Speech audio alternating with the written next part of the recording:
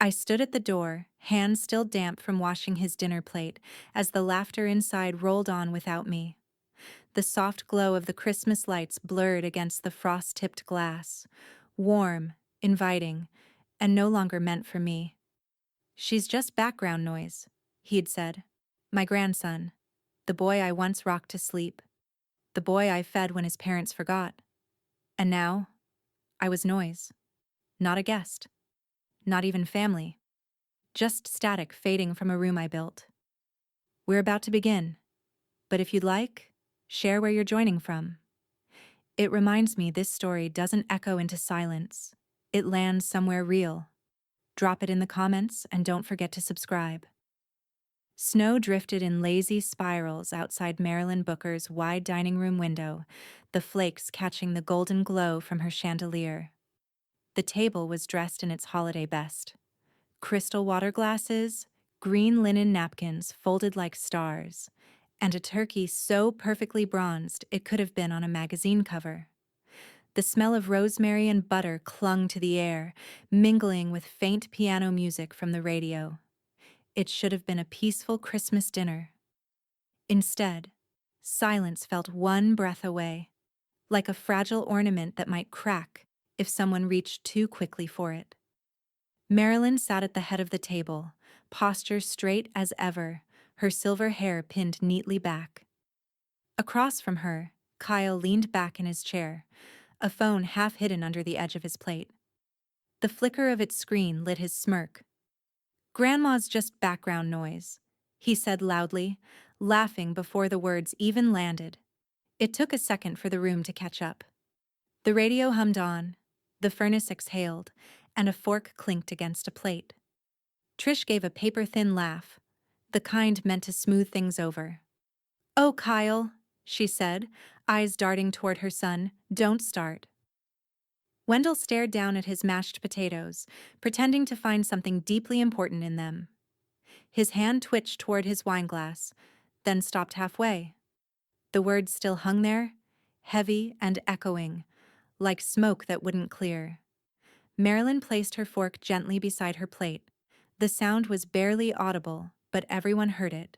She didn't look at Kyle, didn't look at any of them, just took a breath, slow, deliberate, and let it out as if measuring her patience in inches. Outside, a car passed by, tires hissing over the snow. Kyle chuckled again, reaching for the cranberry sauce. "What? It's not like she even—" "Enough," Marilyn said softly. The word wasn't raised, yet it carried the full authority of decades spent teaching people how to use their voices correctly. Kyle froze mid-motion, his grin faltering. Across the table, Trish's fingers fidgeted with her napkin. Wendell's eyes flicked up, caught his mother's gaze for half a second, then looked away again. Cowardice neatly folded into a neutral expression. The radio cut to a commercial about half-off snow, blowers. Marilyn picked up her water glass. The reflection of the chandelier shimmered across the rim. Her hands were steady. "If you think speaking that way to me is amusing," she said, "then I'm afraid the problem isn't your sense of humor. It's your sense of respect." No one spoke. Even Kyle's arrogance seemed to waver under the measured calm of her tone. From the living room, the Christmas tree lights blinked. Red, gold, red. Like a heartbeat trying to decide whether to keep going. Trish finally broke the silence. "Mom, he didn't mean—" "Then he should learn to mean what he says," Marilyn replied, voice smooth but clipped. She dabbed her mouth with her napkin and set it on her plate. "Excuse me." The legs of her chair scraped softly against the floor. She stood, her movements precise, like choreography she'd practiced her whole life. She turned toward the window for a moment, letting the snow's quiet stillness wash over her. The world outside didn't mock, didn't interrupt. It just existed, peacefully, indifferent to thoughtless words. Kyle rolled his eyes, muttering under his breath, "Drama queen." Wendell shot him a warning glance, but too late. Marilyn paused in the doorway, back still to them. For a long moment, she didn't move. The air in the dining room felt tight, as if the whole house was holding its breath.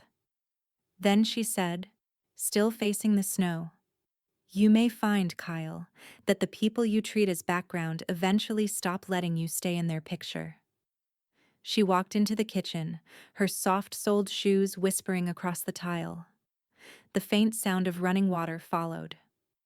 Trish started stacking plates, mumbling something about kids these days. Kyle sank into his phone again, deflecting shame with scrolling. Wendell stared after his mother, jaw tight, the kind of man who'd rather swallow guilt than speak it aloud. Through the window, a small blue glow appeared in the distance. The house next door. In her pocket, Marilyn's phone buzzed once. She dried her hands and looked down. "Claire, you okay?" Marilyn's reflection looked back at her from the darkened glass. Eyes tired, mouth pressed in a quiet line. Her thumb hovered over the screen for a long moment before she typed back a single word. "Marilyn, not yet."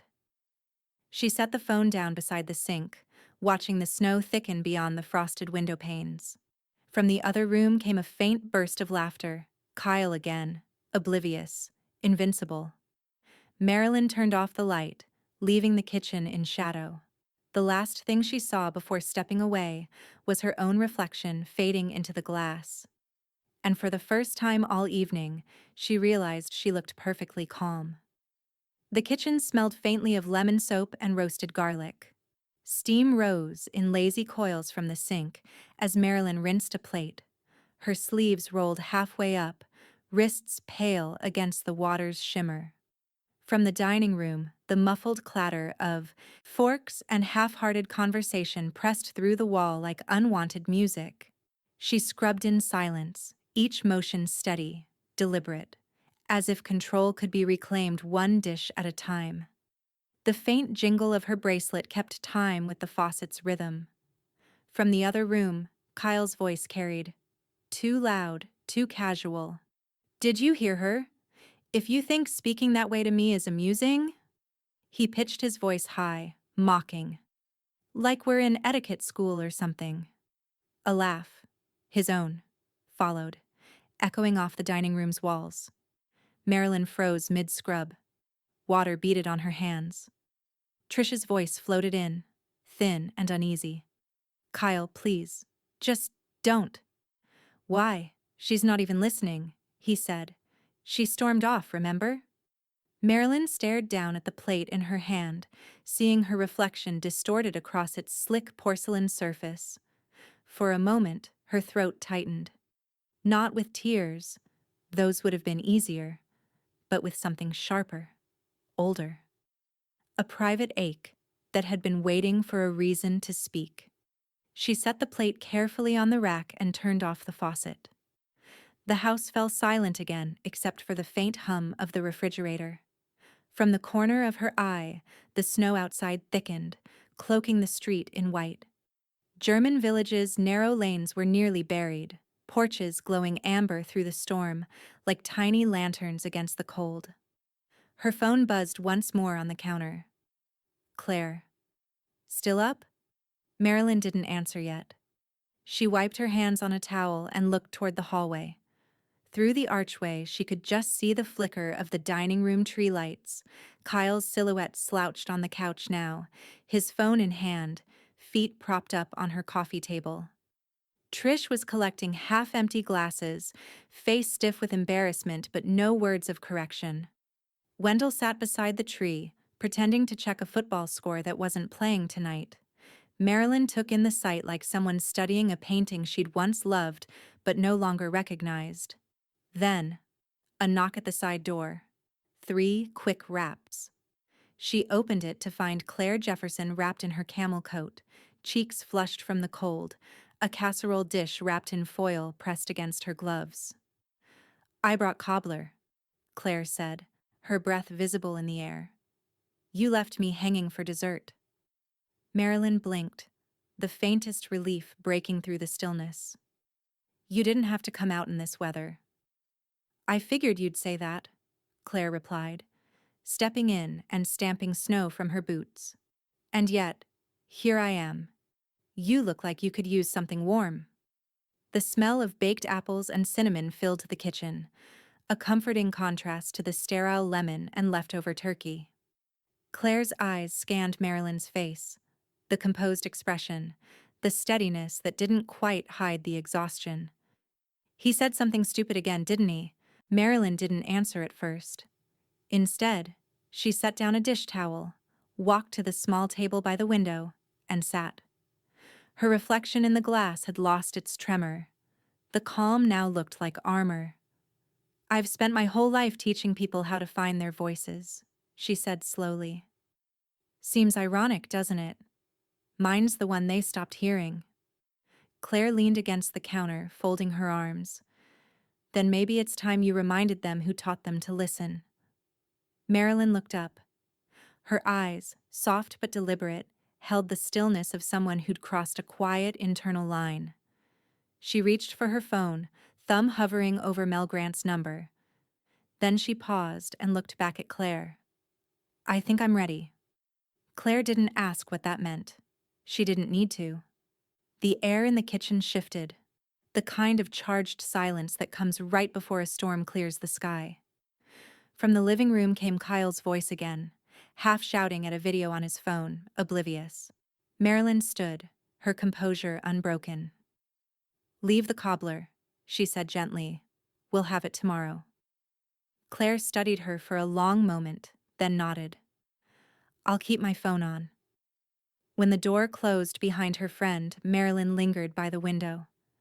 Snow pressed against the glass in ghostly swirls, the world outside disappearing inch by inch. She picked up her phone, not to text, not yet, but to stare at the screen until her reflection looked back, faint and sure. Her voice came out barely above a whisper, but it filled the quiet anyway. "Enough." And somewhere between the laughter in the next room and the wind rattling the panes, that single word seemed to settle, not just in the air, but in the bones of the house itself. Snow whispered against the windows, brushing the panes like soft static. The clock over the stove read 9:42 p.m. The dining room had gone still. Only the faint hum of the refrigerator and Kyle's muffled laughter from the living room broke the quiet.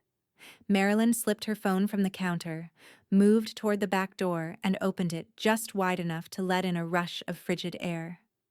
The porch light spilled a warm circle across the steps, turning the falling snow into gold dust. She stepped outside, letting the door click shut behind her. For the first time all night she could breathe. The cold bit at her cheeks. The silence out here was different. Clean. Decisive. It carried no judgment, no pretense.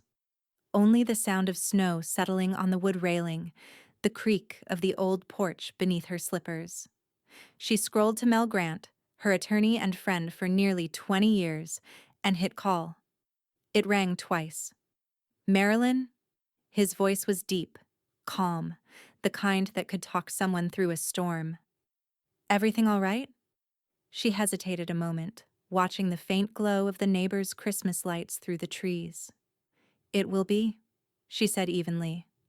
"Mel, I need to make some updates. To my will and my power of attorney." He paused, long enough that she could hear him sit up on the other end. "Tonight?" "Soon," she said. "Tomorrow morning, if possible." Another pause, then a quiet exhale. "Still got Kyle in there?" Marilyn's lips curved, not into a smile, but something thinner, something closer to resolve. "Not for long." A rustle of papers on his end, then the clack of a keyboard. "You sound sure." "I am," she said simply. From inside the house, faint laughter cut through again. Kyle's voice, brash and careless. The sound didn't sting anymore. It just confirmed she was right. "All right," Mel said. "Bring your estate binder. I'll have the documents ready for review. You want Claire to witness?" Marilyn's gaze drifted toward the fence line, where the faint shape of Claire's kitchen window glowed through the snow. "Yes," she murmured. "Claire always shows up." Good, Mel said. Then we'll handle this properly. Thank you, Mel. And Merry Christmas, she added softly. He chuckled. You too, Marilyn. Try to stay out of trouble till morning. The call ended with a quiet beep. Marilyn stared at the screen for a long time before locking it and slipping the phone into her cardigan pocket. The porch light flickered once, wind rattling the eaves. She exhaled slowly, her breath curling white in the night air. A soft creak came from behind her.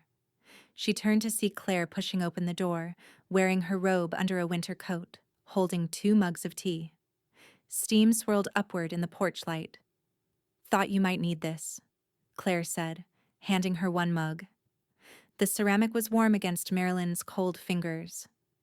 Apple cinnamon? Marilyn asked, recognizing the scent. Always, Claire replied, settling beside her on the step. I saw you on the phone. Business call. Yes, Marilyn said, the kind that clears the air. Claire sipped her tea, eyes squinting at the snow-covered street. You've got that look, you know, the one that means you've decided something, and no one's going to talk you out of it. Marilyn didn't deny it. She set her mug on the railing, reached into her pocket, and took out a small notepad, the one she used for grocery lists and reminders. Its paper was soft from use, corners slightly bent. She flipped to a blank page. The pencil tip hovered for a moment before she began to write, her handwriting elegant, deliberate. Just 1 word. Remove. Claire watched, then nodded once, understanding without asking. You want me to witness it? Not yet, Marilyn said, folding the page neatly in half. Tomorrow will be soon enough. For a while, neither woman spoke. The night wrapped around them in white quiet. From inside, Kyle's voice rose again, some thoughtless comment followed by his own laughter, but it sounded distant now, almost harmless. Claire tilted her head. You know, I once told a student that respect isn't taught in words, it's taught in consequences. Marilyn smiled faintly. Then I suppose I'm about to start teaching again. She stood, gathering her resolve with the same steadiness she once used to guide her speech therapy clients. Patient, measured, impossible to interrupt. The snow began to fall harder, erasing the old footprints on the steps. Claire's voice broke the quiet. You sure you're ready? Marilyn looked toward the living room window where Kyle's silhouette moved in lazy, self-satisfied rhythm behind the curtains. Her answer was soft, certain. More than ever. She slid the folded note into her coat pocket, the word remove pressing like a seal against her palm. As she stepped back into the house, the wind caught the screen door and let it slam, a single sharp sound that startled Kyle inside. For the first time all evening, he went silent. By morning, the snow had thickened into a clean, white hush over German Village. Roofs bowed under its weight.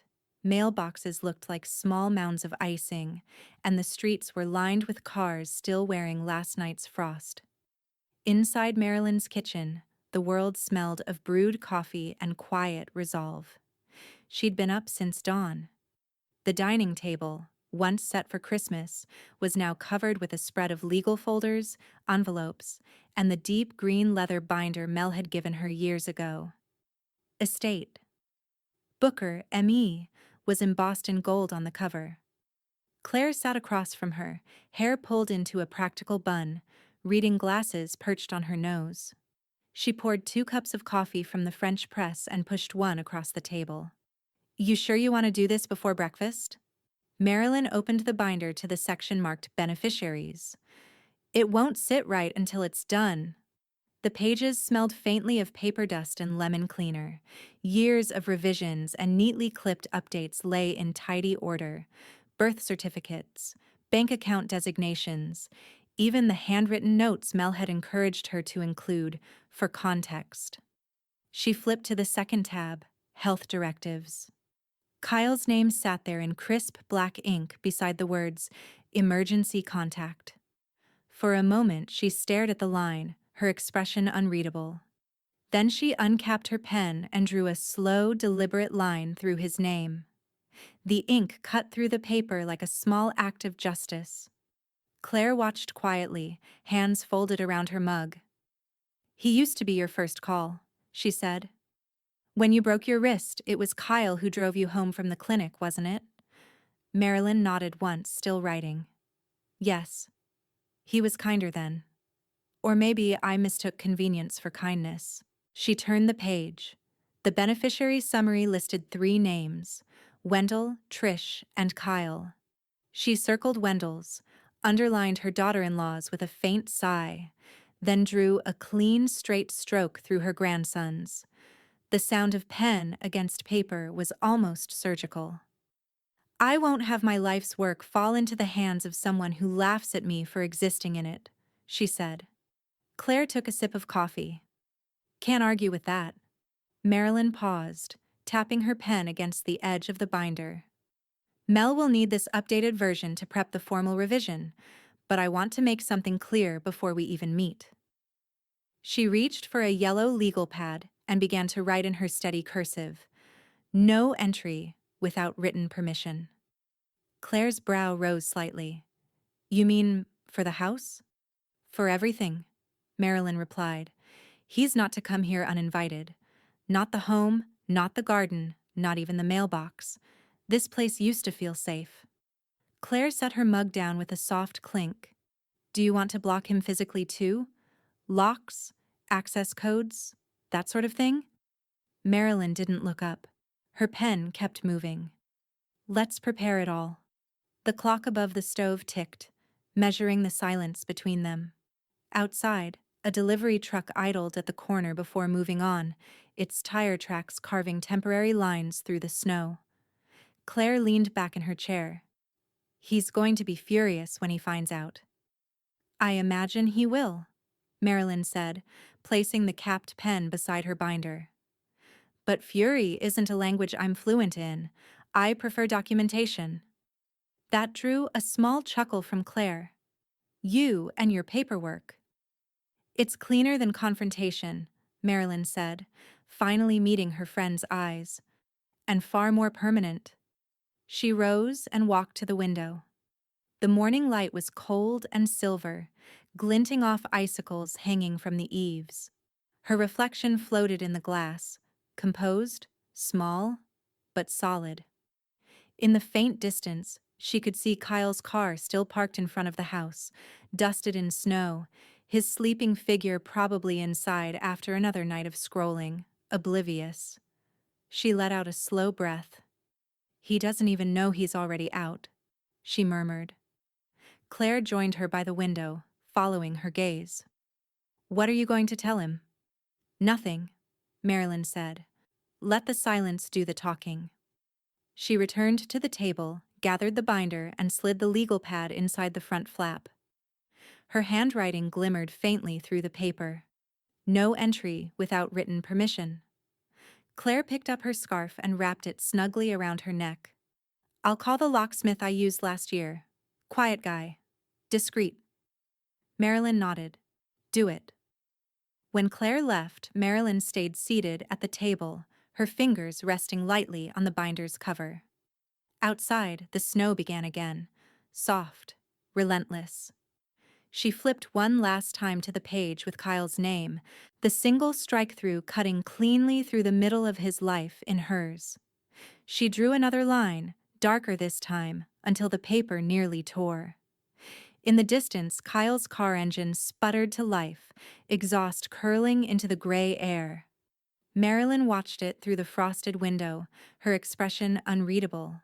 Then, softly, she whispered to the empty room, "Let's see how loud the silence can get." The office smelled of pine polish and printer ink, the faint scent of permanence.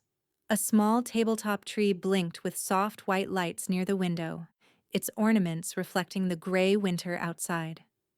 Mel Grant's desk was immaculate, tidy stacks of folders, a brass pen holder, and a glass dish filled with peppermint candies no one ever seemed to touch. Marilyn stood by the window, her gloves still on, watching cars hiss through slush along Oak Street. Behind her, Claire hung her coat on the rack and brushed melting snow from her scarf. "Still can't believe you walked here," Claire said, shaking her head. 75 and stubborn as ever." Marilyn turned slightly, the ghost of a smile flickering across her face. "You can't take firm steps in life if you're always waiting for someone to drive you."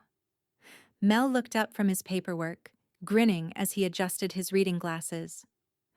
"There's the Marilyn I know. Always an aphorism for the moment." He motioned to the leather chair across from his desk. "Have a seat. Let's make things official." The snow outside thickened again, muting the world into silence. Mel opened a file folder labeled Booker Estate, Revision Draft. He slid a crisp set of documents toward her, the paper's weight heavy with consequence. "This includes the updated will," he said. "Your prior power of attorney has been revoked. Kyle Booker's name is removed as both emergency contact and secondary beneficiary." He paused, studying her expression. "Once you sign, this becomes legally binding." Marilyn uncapped the pen with a quiet click. "Good." Claire leaned forward slightly. "You're sure you don't want to keep him as a small contingency? Just in case?" "I'm certain," Marilyn said. Her hand hovered for a moment over the signature line. The lamplight caught the fine tremor in her wrist, not from doubt, but from the sheer gravity of resolve. Then she signed. Steady, elegant loops. The kind of penmanship that left no room for interpretation. Mel slid another document across the desk. "This one's new. Formal notice of trespass authorization. It doesn't go public until you want it enforced, but it's wise to have it ready." Marilyn nodded. "Keep a copy on file. I'll hold the original until the time feels right." Claire exhaled softly beside her. "He won't see this coming." Mel added his own signature beneath hers, date and time neatly inscribed. The notary stamp pressed down with a satisfying thunk, leaving an embossed seal that glinted faintly in the light. He looked up, leaning back in his chair. "Marilyn, I've handled more family fractures than I can count. Some mend, most don't. Once you do this, there's no turning back." Marilyn met his gaze, her voice calm but unyielding. "I've never been more sure." The hum of the office heater filled the small silence that followed. Claire placed a hand briefly over Marilyn's, not to comfort her. She didn't need that, but to acknowledge the weight of what had just happened. Mel closed the folder and tapped its corner into alignment. "All right, it's done." They rose, gathering coats and gloves. Outside, the late afternoon light had dimmed to pewter. Marilyn could already picture the empty space that would greet her when she returned home. A kind of peace she'd fought to reclaim. Mel followed them to the door. "You'll get the finalized copies by courier tomorrow. In the meantime, stay warm and stay steady." Marilyn nodded, pulling her scarf tight. "Steady is my specialty." As they stepped into the cold, the sky opened wider, flakes swirling like shaken glitter. Claire linked her arm through Marilyn's as they crossed the icy sidewalk. "You did it," Claire said softly. "No," Marilyn replied, eyes on the horizon. "I started it." They reached the corner where the streetlight flickered, the world suddenly very quiet. Claire's phone buzzed in her pocket. She glanced at the screen, her brow furrowing. "You should see this," she murmured. Marilyn stopped, breath misting in the air. "What is it?" Claire turned the phone toward her. The glow of the screen reflected off Marilyn's glasses. A social media post. Kyle's face front and center, grinning broadly in front of her snow-covered house. The caption read, "Can't wait till the house is mine." The photo had already gathered likes and laughing emojis. For a moment, Marilyn said nothing. Just watched the frozen image of her grandson's smirk, his arm extended as if he were already claiming what wasn't his. The streetlight buzzed overhead. Somewhere in the distance, church bells began their half-hour chime. Slow, resonant, inevitable. Marilyn handed the phone back, her expression unreadable, but her voice clear. Then I suppose he won't be waiting long for the lesson. She turned and began walking toward home, her boots cutting deliberate paths through the snow. Behind her, the post's glow still burned in Claire's hand like a warning flare against the darkening street. The wind had shifted by morning, sweeping last night's snowfall into drifts that glittered like salt across the brick sidewalks. German Village was hushed. Wreaths sagged under ice. The faint hum of furnaces sounded behind shuttered windows. Inside Marilyn's house, the light came thin and wintry, crawling across the oak floorboards like a slow tide. Claire sat at the kitchen table with her phone between them, the screen still showing Kyle's post. His grin filled the frame, smug, self-assured, framed by the outline of Marilyn's house behind him. The caption glared beneath it, impossible to ignore. "Can't wait till the house is mine." Claire zoomed in on the reflection in the window behind him. His car idling at the curb, his hand raised in mock salute. "He's proud of himself," she muttered. "Doesn't even realize how much rope he's giving you." Marilyn took a sip of her coffee, unhurried. "He's young," she said evenly, though her tone carried no trace of forgiveness. "And arrogant, a combination that ages poorly." Claire looked at her over the rim of her mug. "What are you thinking?" "I'm thinking he should learn the difference between possession and privilege," Marilyn said. She rose, retrieved a file folder from the buffet drawer and flipped it open. The deed to the house, folded neatly, decades old, stared back at her. "Let's pay Mel another visit." Mel's office was quieter this time. No Christmas lights, no chatter in the hall. Just the hum of the heating vent and the faint scent of pine polish that lingered year-round. He looked up as the two women entered, recognition softening into mild surprise. "Back already?" he asked. Marilyn set the folder on his desk. "I'd like to update the property deed." Mel raised an eyebrow. "You just changed your will 2 days ago." "I'm aware," she said. "But this isn't about inheritance anymore. It's about purpose." Claire eased into the chair beside her, a quiet sentinel. Mel opened the folder, scanned the documents, and then leaned back, fingers steepled. "You're donating the house?" "To the Columbus Literacy Foundation," Marilyn said. "They run adult reading programs out of that old church on Grant Avenue. They've been looking for permanent space." "That's generous," Mel said carefully. "And final." "I've lived a full life here," Marilyn replied. "It's time the walls learned some new stories." Mel nodded, pulled the proper forms from a drawer and began typing. The rhythmic click of keys filled the room like a measured heartbeat. When the papers were ready, he slid them forward. "Once signed and filed, this removes the property from any private inheritance. The foundation will own it outright upon your passing." Marilyn took the pen and signed without hesitation. Claire exhaled softly beside her, a faint, proud smile curving her lips. "You just erased his post in real time." Marilyn capped the pen. "No, I corrected it." That afternoon, the front doorbell chimed. Through the frosted glass, Marilyn saw the blur of a familiar parka. Trish. She opened the door to find her daughter-in-law smiling too brightly, holding a pie tin wrapped in foil. "I thought I'd drop off some leftovers," Trish said, her voice sing-song. "Pumpkin. Kyle made too much." Marilyn accepted the tin, without warmth. "That was thoughtful." Trish lingered on the porch, shifting from foot to foot. He's young. He posts dumb things. It's just online talk." "Words have weight, even in pixels," Marilyn said, her tone mild but cool. Trish gave a breathy laugh. "He didn't mean it, really. He's just—" Marilyn's eyes met hers. "That's what people say when they do." The silence that followed was short but heavy. Trish's smile faltered, her breath fogging the air. She nodded stiffly, murmured something about traffic, and backed down the steps. Marilyn closed the door gently behind her. The pie tin felt heavier than it should have. She set it on the counter, peeled back the foil, and stared at the overbaked crust. Sweet, but hollow in the center. A perfect metaphor.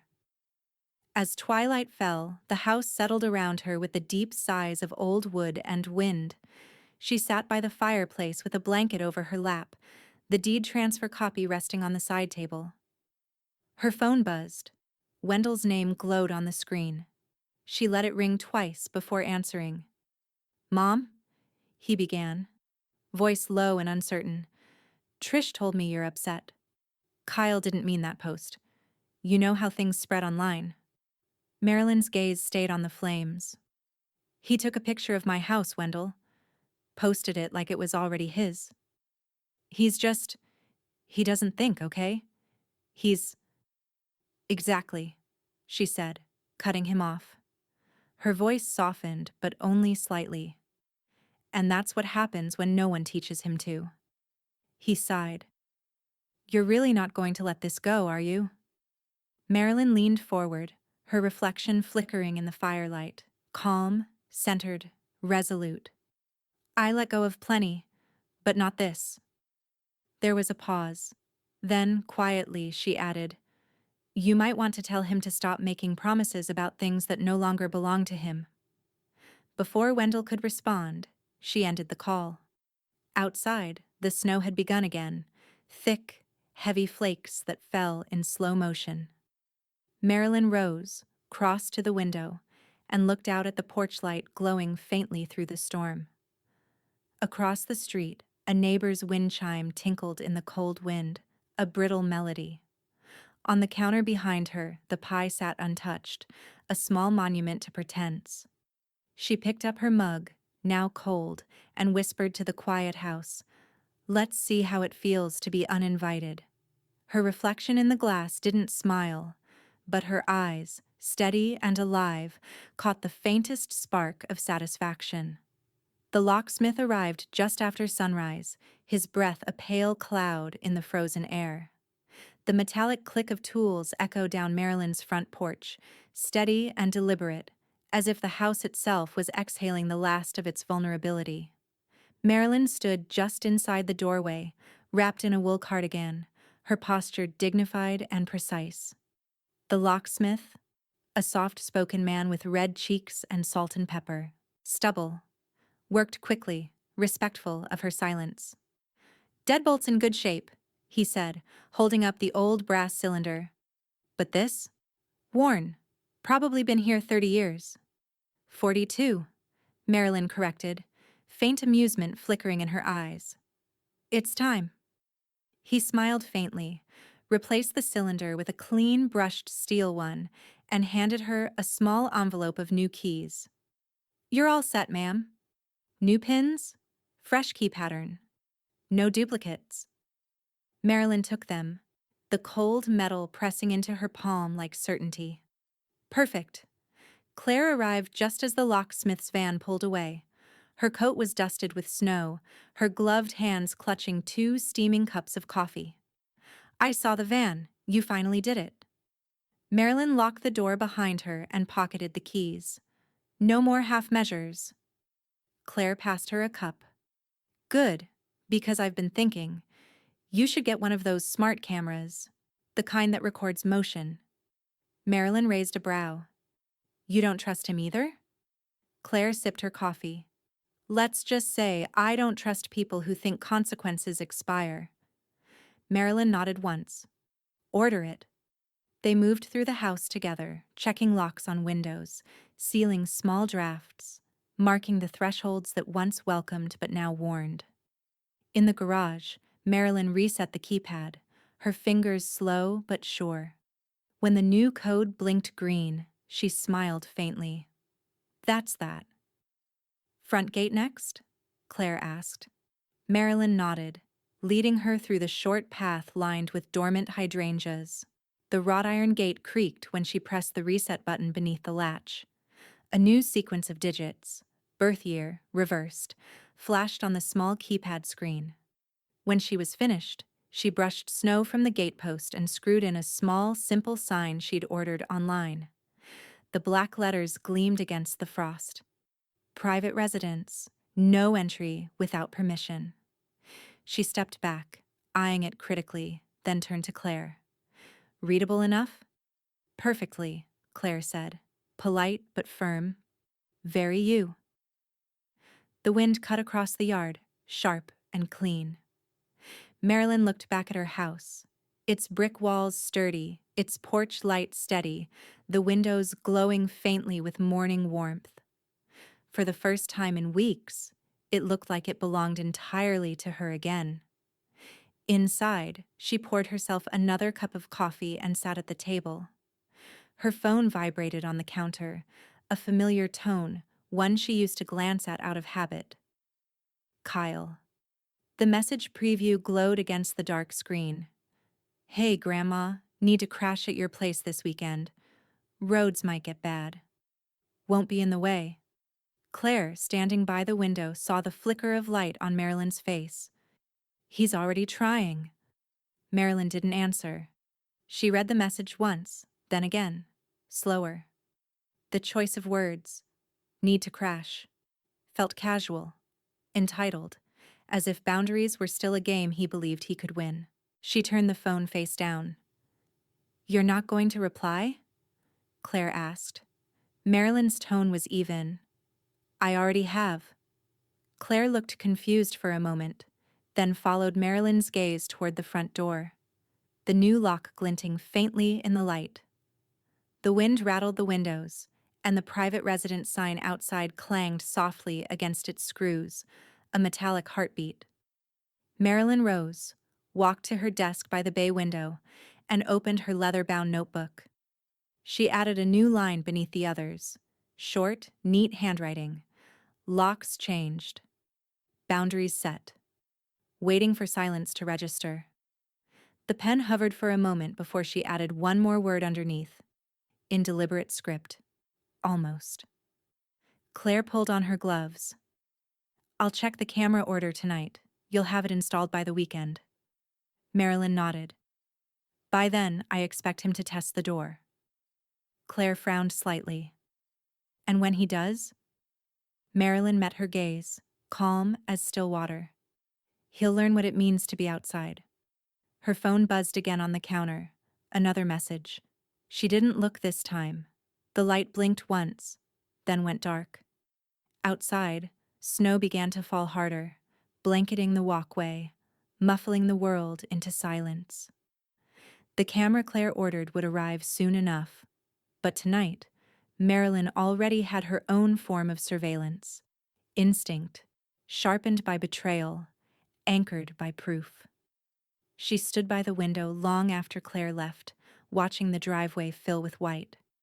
The faint outline of tire tracks, Kyle's from days ago, was nearly gone now, erased inch by the snow. And as the wind howled against the house, Marilyn smiled. Just slightly. The storm was doing what she'd begun, covering every trace of his presence. The knock came just after noon. Sharp, impatient, and far too familiar. Marilyn had been in the den, cataloging old books for donation, the soft hum of the heater steady in the background. The sound froze her mid-motion. She didn't rush to the door. She never rushed anymore. Outside, the sky hung low and gray, snow still falling in slow spirals. The street was quiet except for the faint crunch of boots on the porch. A second knock, louder this time. Then Kyle's voice, muffled but unmistakable. Grandma, it's freezing out here, open up. Marilyn straightened her cardigan, smoothed her hair, and walked to the door. Through the frosted glass, she saw his outline. Hood up, shoulders hunched, the posture of a man who thought a little cold gave him urgency. She unlocked the door with deliberate slowness and opened it just wide enough for the wind to rush in. Kyle grinned, trying for charm. Hey, finally. Thought you might not hear me. I heard you, Marilyn said evenly. That's why I took my time. He blinked, thrown off balance for half a second, then stepped forward as if expecting entry. But the door stayed firm. Can I come in? Roads are a mess, and my heat's acting up. Just need a place for a few days. Marilyn's gaze didn't waver. No, you can't. He frowned, letting out a small, disbelieving laugh. What do you mean, no? It's your house. It is, she agreed. Then she reached for the small sealed envelope resting on the entryway table, the one she'd kept ready for precisely this moment. The paper was crisp, her name written in blue ink, his printed in black. She extended it toward him.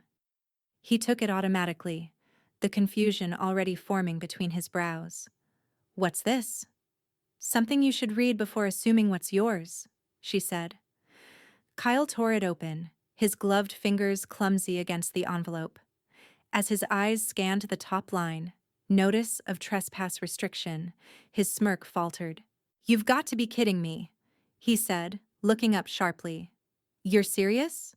Marilyn folded her hands in front of her. Completely. He laughed once, a single burst of disbelief. You're filing legal paperwork against your own grandson? Over a joke? Over a post? Claire's voice cut softly through the winter air. Not a joke to her. Kyle turned, startled. Across the narrow walkway, Claire stood on her porch, wrapped in her heavy coat, arms crossed over her chest. Her sharp gray eyes caught the light. And if I were you, I'd step off her property before you make it worse. Kyle scoffed, motioning toward her. Oh, this is rich. You two. You've both lost it. Marilyn's tone stayed calm, unyielding. You were warned, Kyle. I told you I wouldn't be treated like a background noise.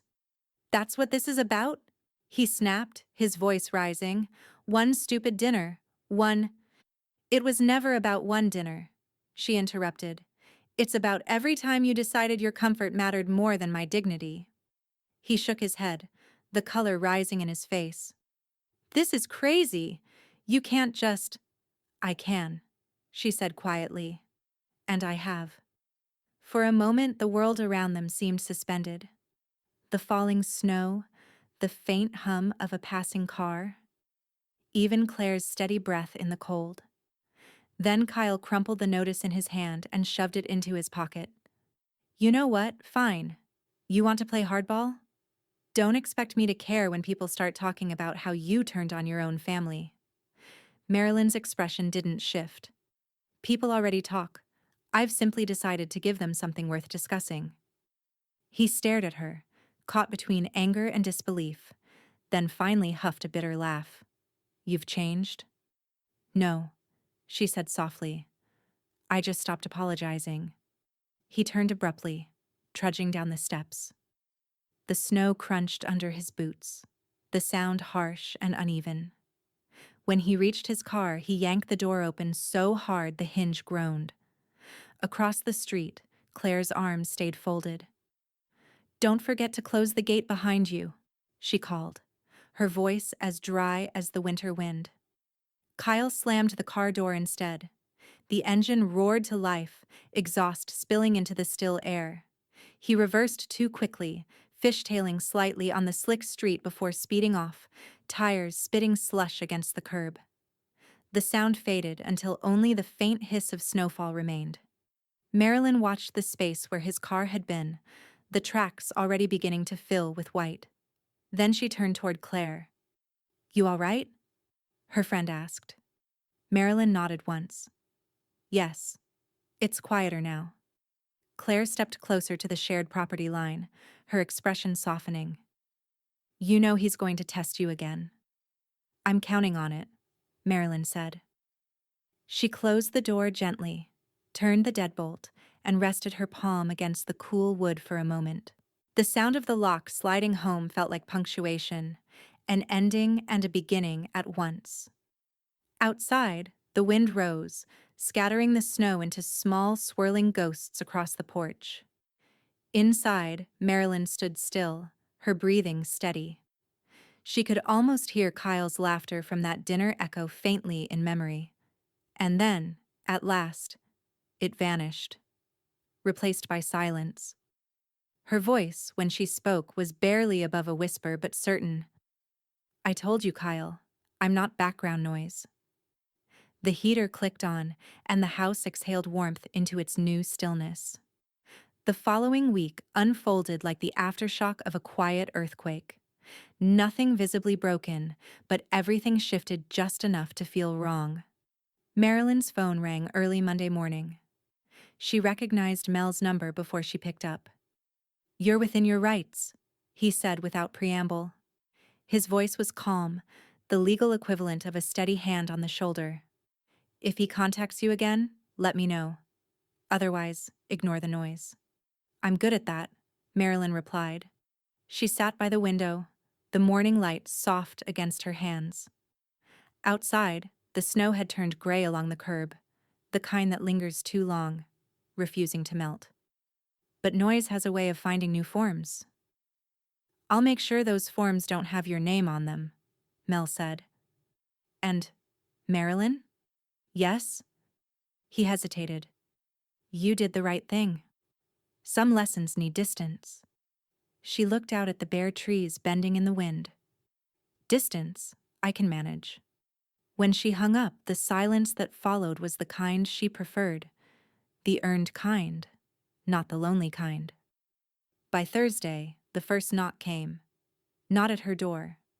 At Claire's. Claire opened it only halfway. Trish stood outside, her mascara blurred, her voice trembling with equal parts guilt and self-preservation. "I just want to talk to her." "Then you should have done that 2 years ago," Claire said. Trish's lower lip trembled.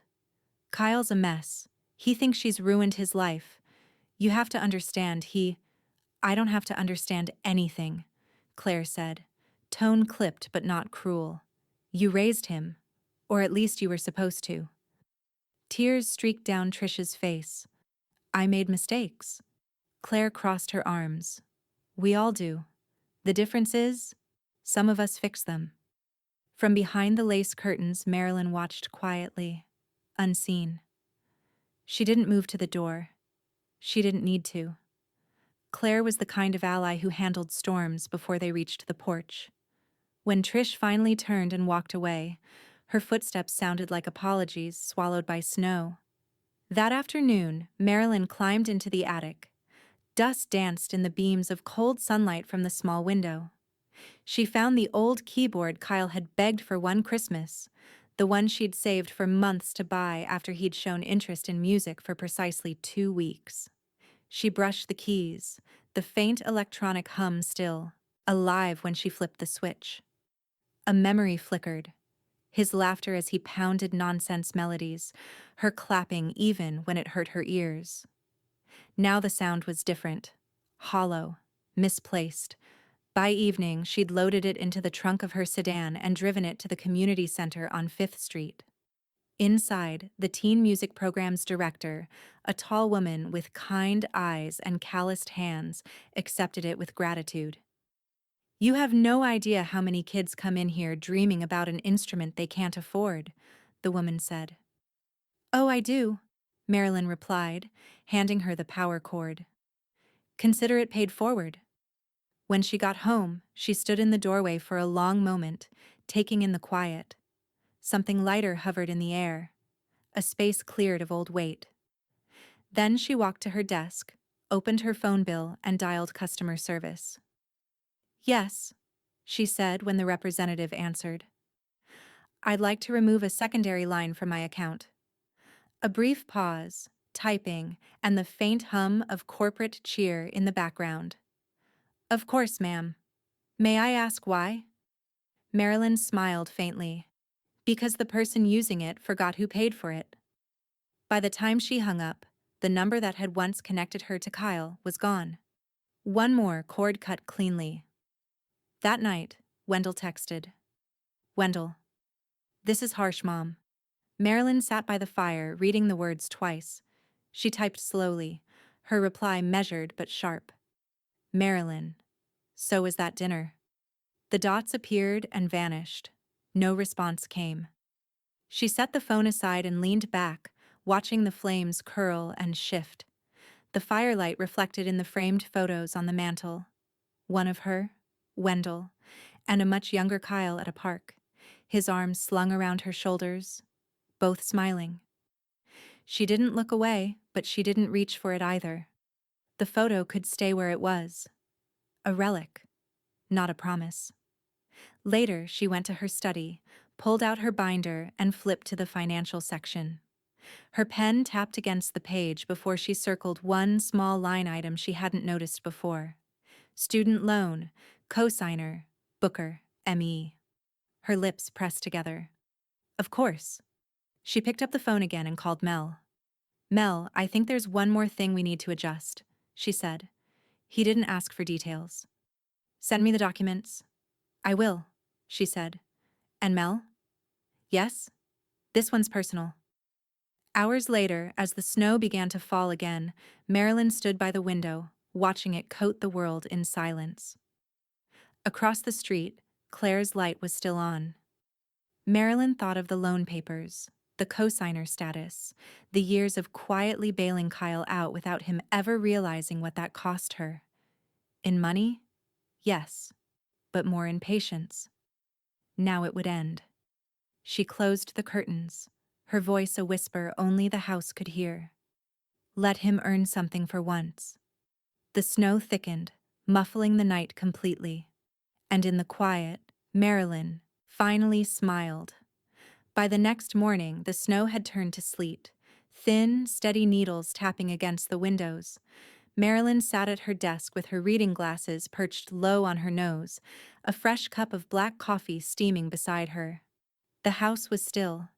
Even the furnace seemed to hum more softly, as if waiting for her next move. She clicked through her online banking portal, the cursor blinking against a stack of digits she hadn't looked at in months.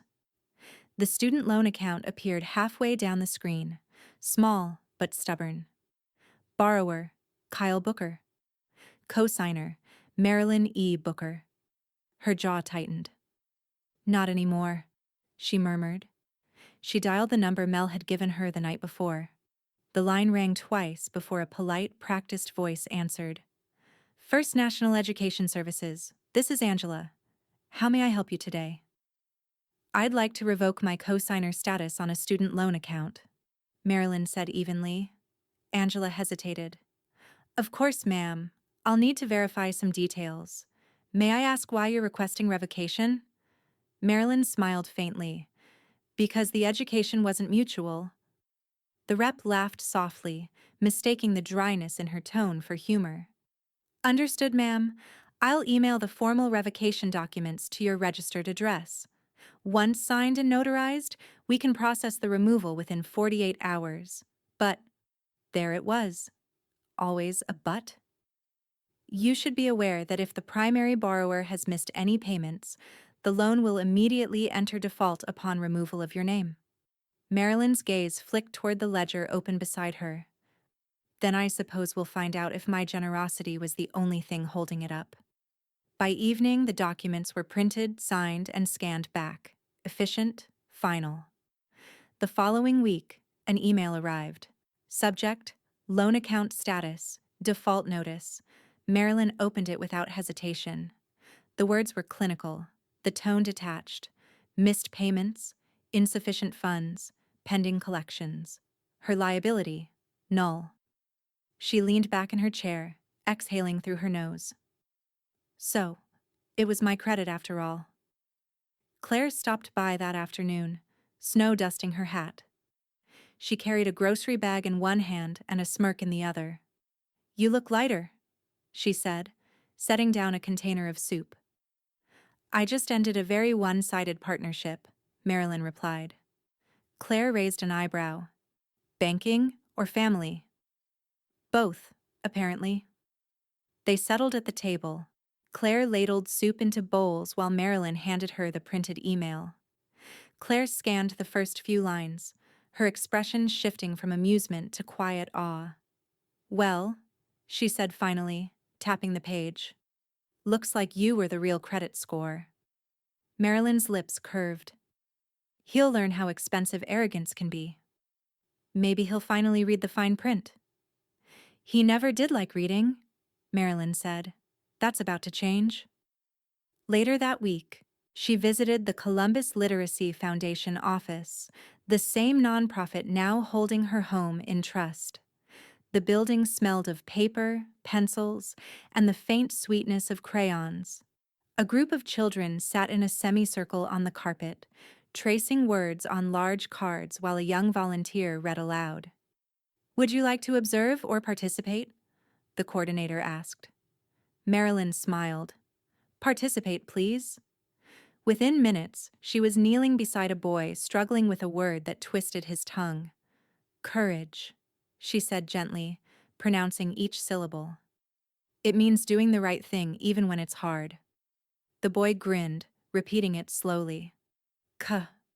Ridge. "Close," she said.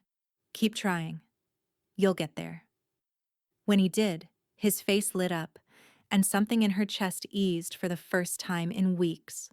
She stayed for 2 hours, helping with pronunciation, reading short stories about snowy towns and brave kids who stood their ground. As she left, the coordinator stopped her at the door. "You have a teacher's patience," she said. Marilyn adjusted her scarf. "I suppose I've had plenty of practice." That night, she returned home to find an envelope from Mel's office waiting on her porch.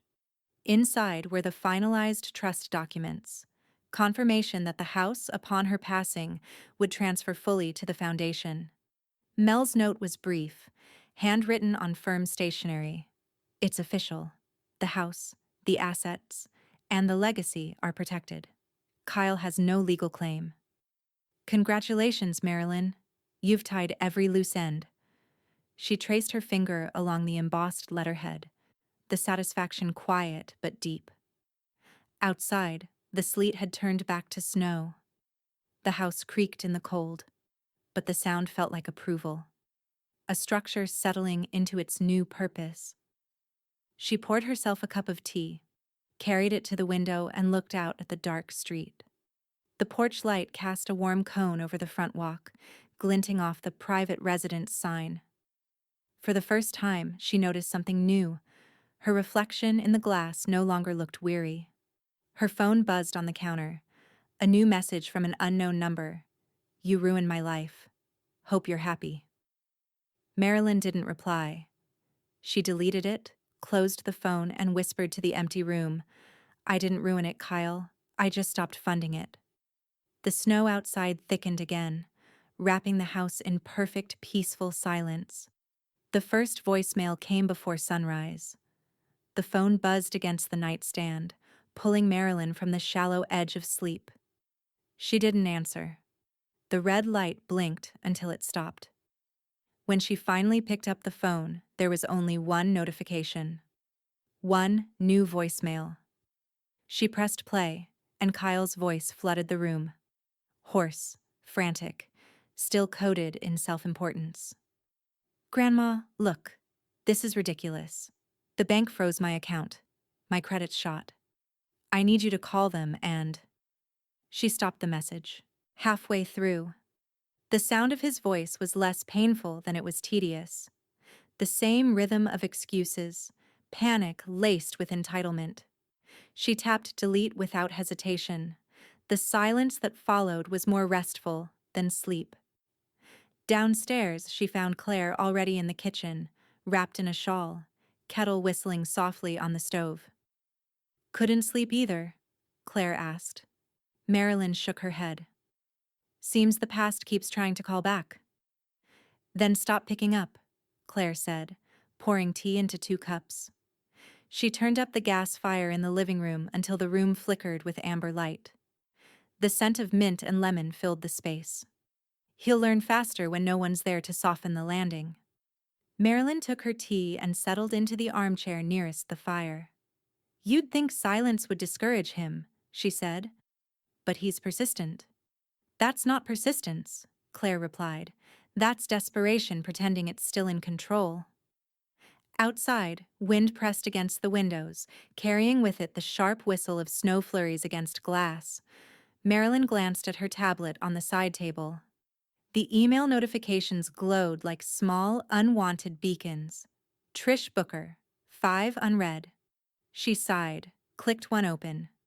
Marilyn, please reconsider. Kyle is young, he made a mistake. You know he never had his father's stability. I'm begging you, please call me. The next was shorter. You've always been the sensible one in this family. Then sharper. You don't understand what you're doing to him. And finally, this isn't who you are. Marilyn scrolled to the bottom and clicked reply. Her fingers moved with calm precision as she typed. I am no longer involved. She hit send, closed the tablet, and exhaled through her nose. Slow, steady, final. Claire watched her from across the hearth. That might be the most powerful sentence you've ever written. It's remarkable how many problems solve themselves once you remove yourself from them, Marilyn said. They sipped their tea in quiet companionship, the kind that didn't require conversation. The next day, the doorbell rang. Marilyn opened it to find Wendell standing there. Alone, his breath fogging the air. He looked older than she remembered. Eyes shadowed, hands shoved deep in his coat pockets. Mom, he said, voice tight. Wendell. He stepped inside when she motioned, the same hesitant way he'd done since childhood. He stood near the fireplace, thawing his hands. I told Trish I was coming alone, he said quietly. Good choice. The silence stretched between them like a drawn curtain. The fire cracked softly, and the clock on the mantel clicked toward noon. She says you've gone too far, he began. But I don't know anymore. Marilyn folded her hands in her lap. That's progress. He gave a small, bitter laugh. You always did have a way of making me feel like I was still in class. She tilted her head. Then maybe you'll finally listen. He rubbed a hand over his face. He's been calling nonstop. Says you destroyed his future. Says it's not fair. Fairness, she said, was me co-signing a loan he never respected. Fairness was me paying his phone bill. Fairness was giving him room at my table while he mocked me. Wendell swallowed hard. You're right. The admission landed softly but carried weight. He sank into the chair across from her, eyes fixed on the fire. When Dad died, you took care of everything. I guess I thought that meant you'd always take care of everything. That was your first mistake, she said gently. He nodded, staring at his hands. He'll have to face it now. The debt. The fallout. Yes, she said. He will. That's how people grow. For the first time, he met her eyes. Really met them. There was no resentment there, only a dawning understanding of the strength it took to love someone enough to stop rescuing them. I get it now, Wendell said quietly. Marilyn studied him for a long moment, then nodded once. Good. He stood, exhaling shakily. She'll never forgive you, you know. I can live with that, Marilyn said. I've forgiven myself for everything else. Wendell looked toward the front window where snow kept falling in slow, soundless sheets. You look lighter, he said. I am? He nodded again, pulling on his gloves. I'll talk to him. Maybe it'll sink in. I hope it does, she said. But hope is his job now, not mine. When he left, she stood at the window, watching him walk down the shoveled path. The sky was pale and endless, the world muted under its white hush. Behind her, the fire dimmed to embers. Her phone buzzed once more, another voicemail notification. She didn't check it. She picked up the remote, turned up the volume of the fireplace instead, and let the sound of the flame drown it out. For the first time in months, she felt her pulse match the rhythm of her own quiet. The courier arrived on a Wednesday morning, a gray envelope in hand, his breath visible in the chill. Marilyn thanked him, signed with her usual precise script, and set the envelope on the sideboard without opening it. She knew what it contained. By evening, Wendell was at her door again. No gloves this time, no polite buffer of small talk. Just a son standing in the doorway of his mother's house, carrying the kind of unease that didn't belong to weather. Mel sent me something, he said. I expected he would. Marilyn stepped aside. He entered slowly, glancing at the room like it might speak before she did. The stack of books by the fireplace, the neat desk by the window, the faint scent of lemon oil on the wood floors. The house had the unmistakable calm of a place that had already made its peace. He took a seat at the table, the envelope clutched in one hand. He slid the documents out, smoothing the papers with trembling fingers. It's official, he said. The house, the accounts, the trust. Marilyn poured 2 cups of tea and placed one before him. Mel's thorough. He nodded, scanning the first few pages until he stopped cold. His eyes lingered over the list of beneficiaries. Then he looked up. Kyle's name isn't here. No, Marilyn said simply. Wendell's throat worked around the question that didn't need to be asked. You took him out. I did. He set the papers down slowly, the sound of them sliding across the table unnaturally loud in the quiet.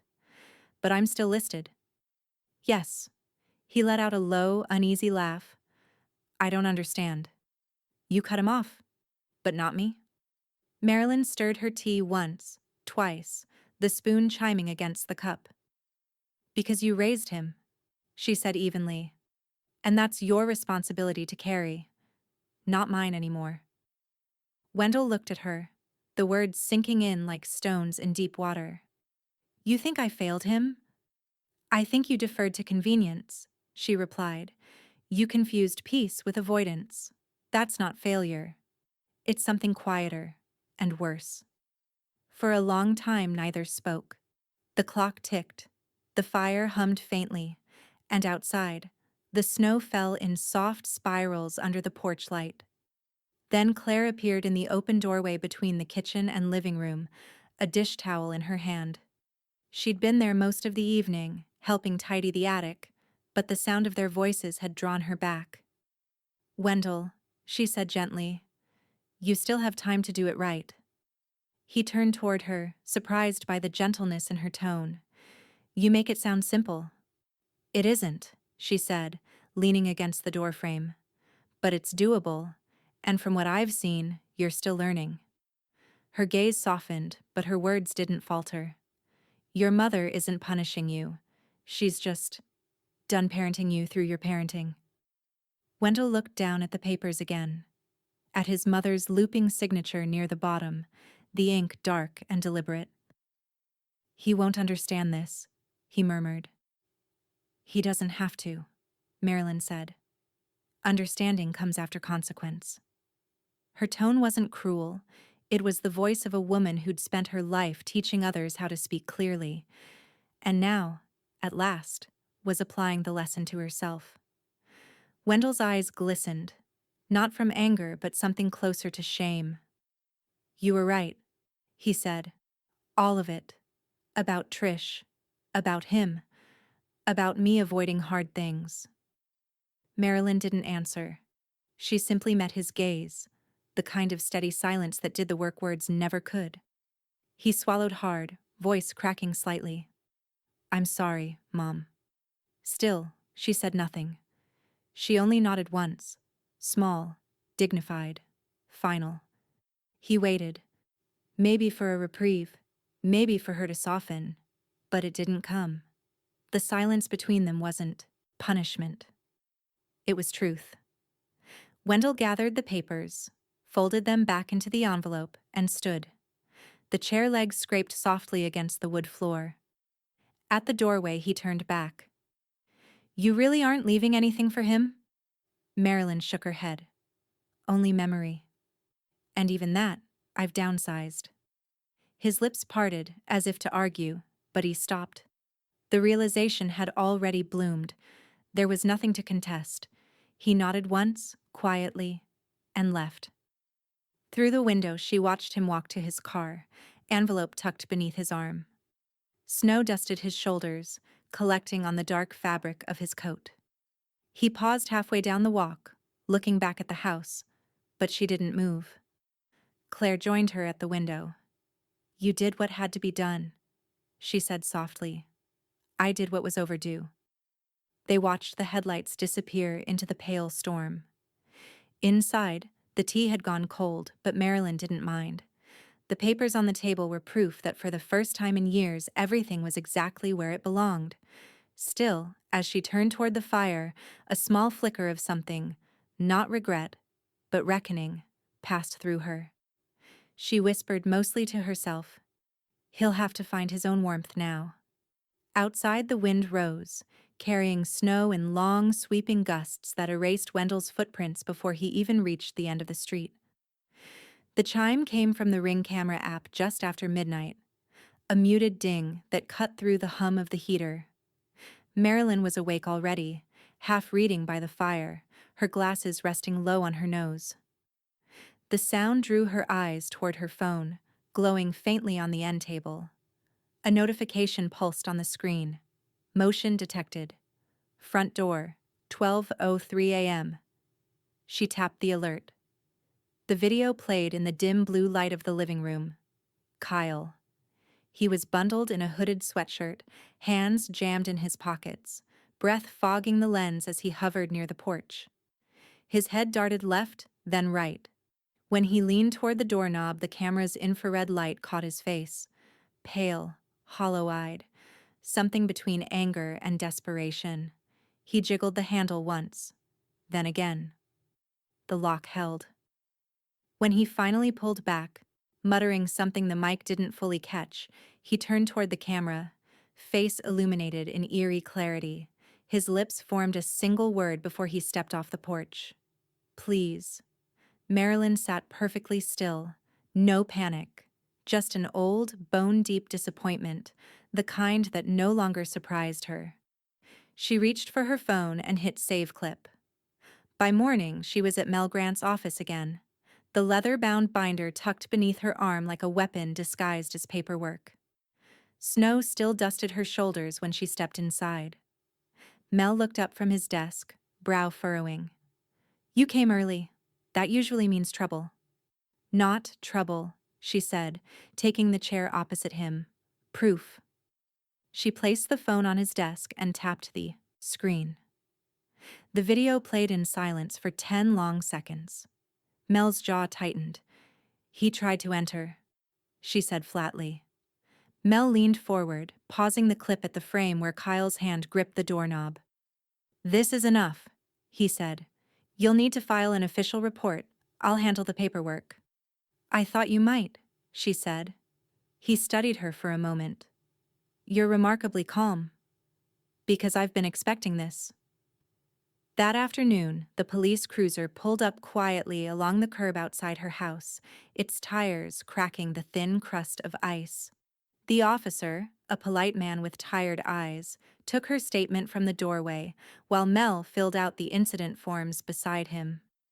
Claire hovered nearby, arms folded, her expression carved from steel. Tell him about the trespass notice, she reminded gently. I already have, Marilyn said.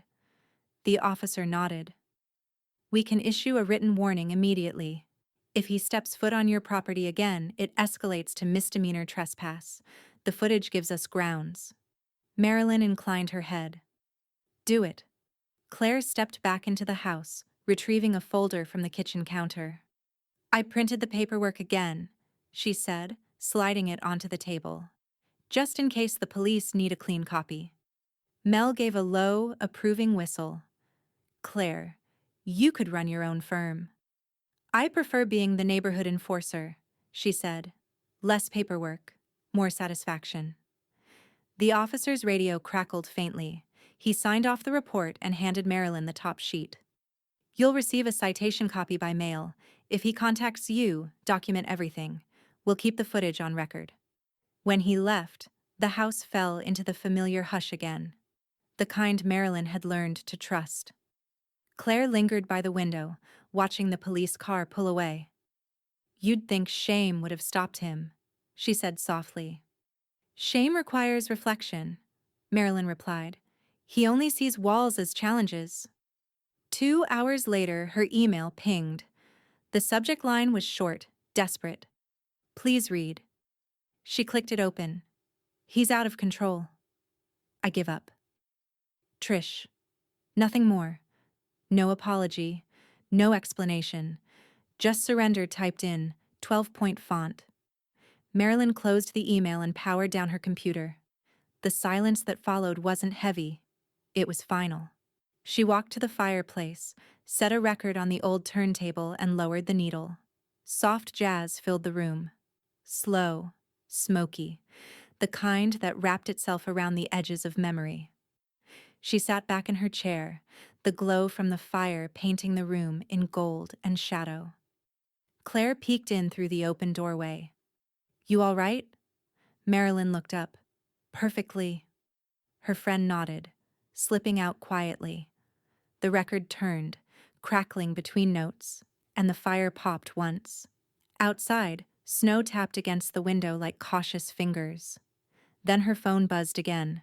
A text from Mel. "Police confirmed. Attempted entry qualifies as criminal trespass. If the DA pushes, he may face charges." Marilyn stared at the screen, the warmth from the fire brushing her hands. She set the phone down beside her teacup and leaned back, the corners of her mouth softening into something that wasn't quite a smile, but close. The jazz swelled, the horns low and steady. In the reflection of the fireplace glass, she caught her own eyes. Calm, unflinching, alive. "Consequences," she murmured, almost to the rhythm of the music. "They have a sound, too." Outside, sirens wailed faintly in the distance, not racing, not urgent, but moving with slow certainty through the cold. Marilyn turned the volume up, letting the music drown them out. By New Year's Eve, German Village glowed like a snow globe come to life. Lanterns hung from porch rails, windows flickered with candlelight, and the streets were blanketed in white so pure it muffled even the sound of passing cars. Inside Marilyn's house, the air was warm, laced with cinnamon and cedar. The tree in her living room stood dignified but simple. Silver ribbons, soft yellow lights, no garish ornaments. Every corner of the home reflected the kind of peace that could only be earned, not gifted. She adjusted the needle on the record player, and an old Ella Fitzgerald album crackled to life. The familiar voice filled the space, light and steady, like a pulse she could finally rest her own heartbeat against. A knock came at the back door. 3 crisp taps. Marilyn smiled before she even turned. Only one person ever used the back door. Claire stood there, bundled in a deep green coat and carrying a jug of spiced cider under one arm, 2 records tucked beneath the other. "You didn't think I'd let you ring in the new year alone, did you?" "I was counting on you," Marilyn said, stepping aside to let her in. Claire brushed snow from her sleeves, the cold fading from her cheeks as she looked around. "You redecorated." "Cleared some things out," Marilyn said. "Felt good to let the space breathe." Claire grinned. "You mean it finally looks like a woman lives here who's not waiting on anyone?" "Exactly." They set the cider to simmer on the stove, its scent winding through the kitchen. Claire placed one of the records on the turntable, a jazz compilation from their college years. The label faded and scratched. As the first few bars of Take 5 filled the air, Claire chuckled. "Remember that New Year's party at the community center back in '69? You made everyone sing resolutions like a hymn." Marilyn's laugh came easily, genuine, unguarded. "You swore yours was to stop dating men who thought a guitar counted as ambition." "And I failed spectacularly for another decade," Claire admitted, lifting her mug in mock salute. "But you said yours was to cultivate grace without apology." Marilyn sipped her cider, the steam curling past her face. "I think I finally managed it." They sat by the fire, trading old stories, the kind polished by retelling but still warm in their truth. Outside, snow fell steady and thick, blanketing the neighborhood in silence. Marilyn's phone chimed once, not the jarring tone of an alert, but the soft ping of an email. She reached for it without urgency, thumb brushing the screen. From Mel Grant, subject, all finalized. She opened it, eyes moving over the short message. Marilyn, final will and deed have been recorded. The trust transfer to the Literacy Foundation is complete. Your estate is now fully executed. Congratulations on closing your last chapter exactly how you wanted. Marilyn let the screen go dark and exhaled. It's all done, she said quietly. Claire looked up. Everything? Everything, Marilyn confirmed. No loose ends left. The fire popped softly in the hearth, as if in agreement. Claire leaned back, studying her friend with an expression that blended admiration and something gentler. Relief, maybe. You know, she said, there's peace, and then there's this. You've turned calm into an art form. Marilyn smiled faintly. Peace is easier once you stop confusing it with forgiveness. They toasted in silence, mugs raised toward the firelight. Later, as midnight edged closer, Claire helped her tidy the kitchen. The news murmured softly from the radio. Talk of resolutions, road conditions, and new beginnings. Then, almost as an afterthought, the anchor mentioned local updates. Authorities confirm no charges will be filed in last week's attempted trespass case. The suspect and his family have since relocated out of state. Claire met Marilyn's gaze over the counter. That would be Trish and Kyle. Marilyn dried her hands on a towel. I figured. No goodbye? They already said it, Marilyn replied. They just didn't realize it was final. Outside, the world was midnight blue. The snow reflected light from every direction, making the air itself glow.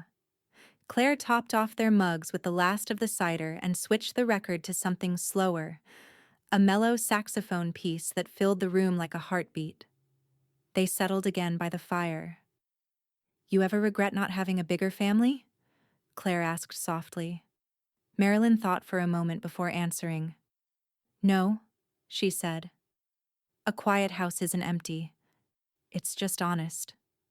Claire nodded, understanding without needing to reply. The clock on the mantel clicked closer to midnight. Marilyn rose, walked to her desk, and opened her notebook. The same one where she'd once written remove, in clean, deliberate ink. Tonight, she turned to the very last page and wrote a single line. New Year. No noise. She closed the book, slid it back into the drawer, and returned to the chair just as the bells outside began to toll 12. Claire smiled, lifting her glass. To peace earned the hard way. Marilyn clinked hers gently in return. And to never mistaking silence for loss again. They drank. The snow fell. The world beyond the windows stayed hushed and perfect.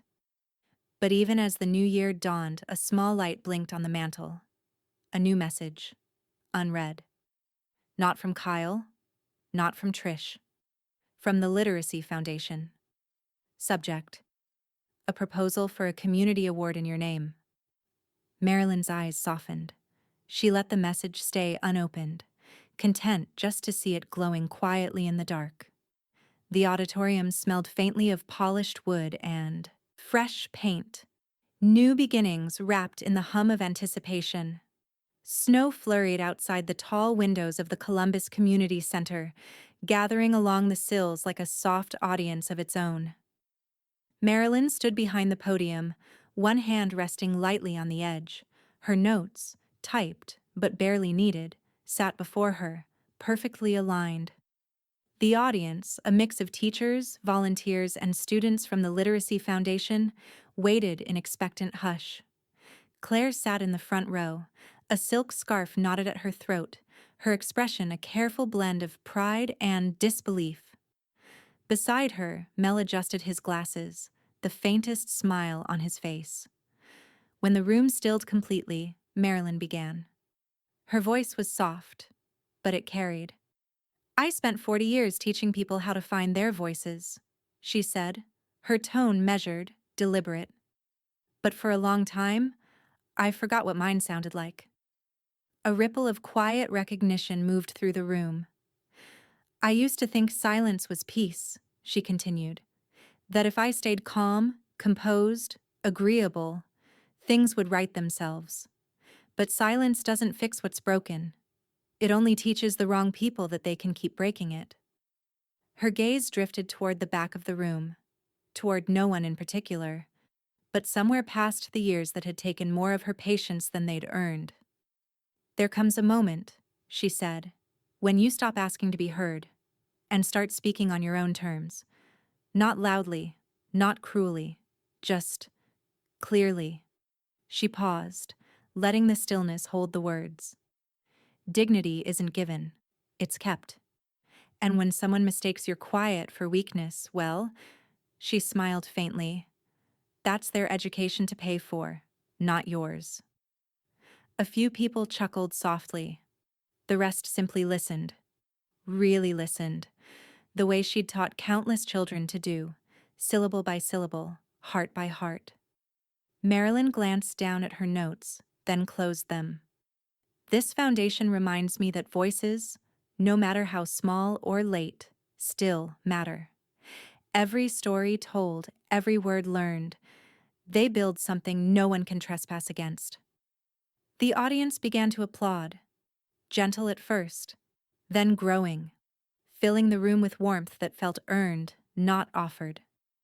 Claire's hands came together with the rest, but tears shimmered behind her glasses. Mel rose, stepping onto the stage as the applause subsided. Mrs. Booker, he said, voice steady but thick with emotion, on behalf of the Columbus Literacy Foundation, we want to honor that voice, the one that taught so many others to find theirs. He turned slightly, motioning to the covered plaque on the wall behind her. A volunteer stepped forward and pulled down the cloth. Bronze letters gleamed against dark oak, the Marilyn Booker Wing for the power of words and the quiet that follows. A murmur swept the room, followed by another round of applause, louder now, unrestrained.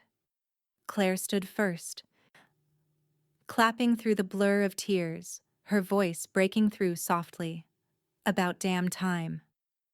Marilyn laughed, a sound that seemed to surprise even her.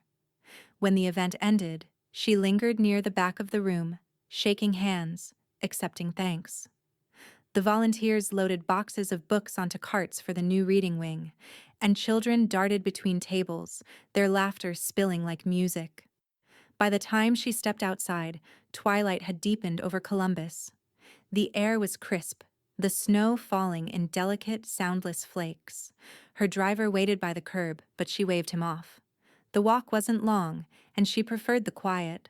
The streets of German Village glowed with lamplight, reflections bending softly across the snow. As she neared her home, she slowed, the windows lit with the same amber warmth that had become her signature. The private residence sign was half buried under fresh powder now, its warning no longer needed. Inside, she set her coat on the rack and walked to the window. The house felt alive, not with ghosts of arguments or echoes of laughter that had faded too soon, but with a clean, steady calm. On the mantel sat the unopened email from the foundation, now realized in bronze.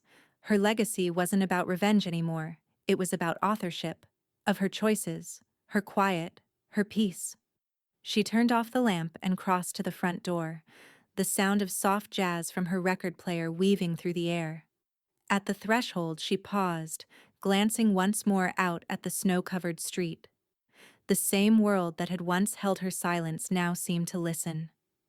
Her voice, when it came, was soft, but certain. The closing line of the story she'd been writing all along. He treated me like background noise, so I turned down his volume for good. She closed the door. Outside, the snow fell thicker, wrapping the house in a kind of quiet that wasn't emptiness at all. It was closure, absolute and earned.